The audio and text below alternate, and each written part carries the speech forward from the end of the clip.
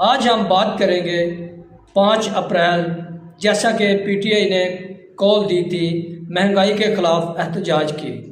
आज कराची में तेल की कीमतों में इजाफे के ख़िलाफ़ एहतजाज किया, जो कि सबसे बड़ा जुर्म बन गया। क्या इस मुल्क में कोई भी एहतजाज करे या तो उसको उठा लिया जाता है या उसको सीधा फायर मार दिया जाता है। गरीब आवाम जाए तो जाए कहाँ। हम आपको अभी लाइव लेके चलते हैं और आपको वीडियो दिखाते हैं कि जिस तरह औरतों और मर्दों के साथ उनकी इज्जत को पामाल किया जाता है।